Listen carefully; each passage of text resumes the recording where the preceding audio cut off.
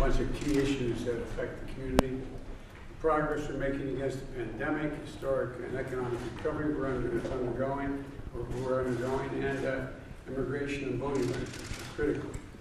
Latino leaders have been essential to helping us get the country vaccinated, with 70% of all adult Americans receiving at least one shot.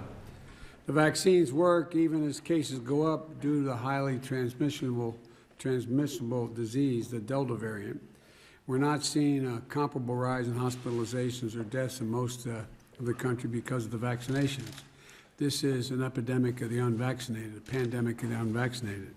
But we need everyone to get vaccinated in this pandemic. And it's critical to keeping the economy strong. And in 6 months, we're seeing the fastest job growth of any point in any administration in history from the beginning of their administration. And the fastest economic growth in nearly 40 years. And we have an opportunity to make historic investments in infrastructure and in American families, and finally to build an economy that deals everybody in.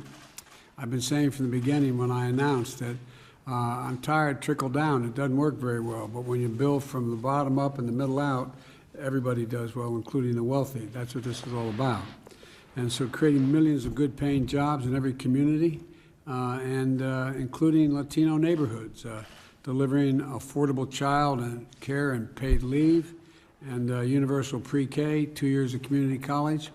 You know, today marks, as we all know, no one knows it better in this community, 2 years of since the shooting in El Paso. And all of us have, in our personal lives, lost people unexpectedly. Most of us have. We know how devastating it is, particularly one that's born out of such hatred.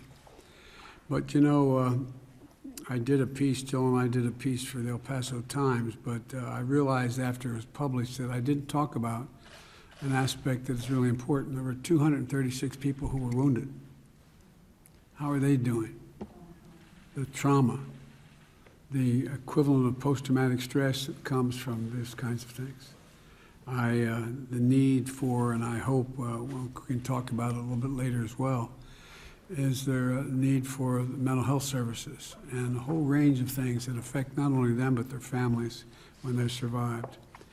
But to the families who lost loved ones, I mean this from the bottom of my heart. Jill and I send our love, as all of you do, I know.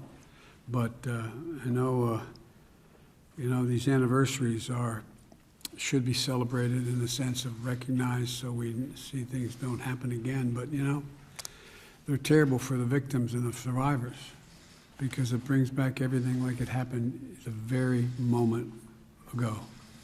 And it takes enormous courage for people to respond that way.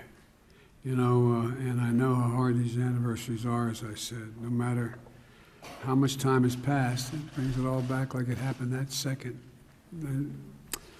The El Paso community, they continue to show their courage and their resilience, but to all Americans, this tragedy reminds us of the unfinished work to heal, and I know I got criticized for running on it, but I really mean it, heal the soul of this country.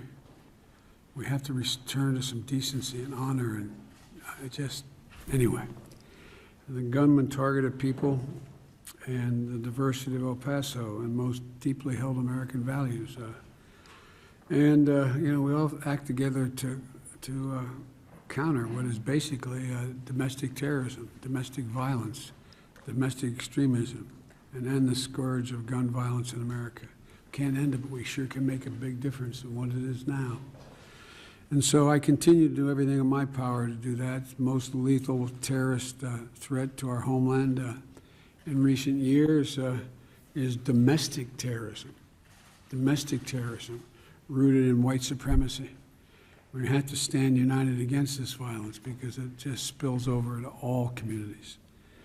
And my administration is carrying out the country's first ever comprehensive effort to tackle the threat of domestic terrorism, from reducing online radicalization to disrupting networks that inspire violence and providing resources to communities to build up some resilience. And I'm going to continue to fight this for more common sense gun laws And we're going to continue to call on Congress to take action, which they've been reluctant to do.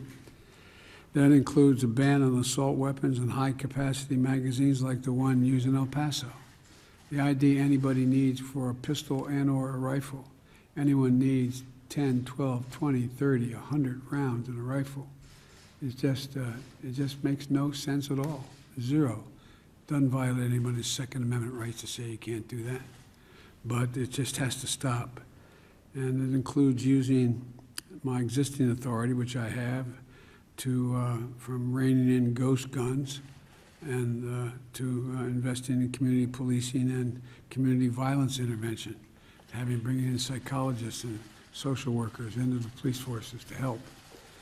And you know, I look forward to hearing from this group about all of these issues and a lot more. With that, we're going to discuss a wide range of issues, all of us here today, and I'm looking forward to it. So thank you all. Thank you, press, for being here. Thank you, guys. Thank you. Come on, you guys. Let's go. Whoa. Be quiet, please. I'm going to be speaking on COVID at 4 o'clock this afternoon, and I'll take questions on COVID and other issues after that. Thank you.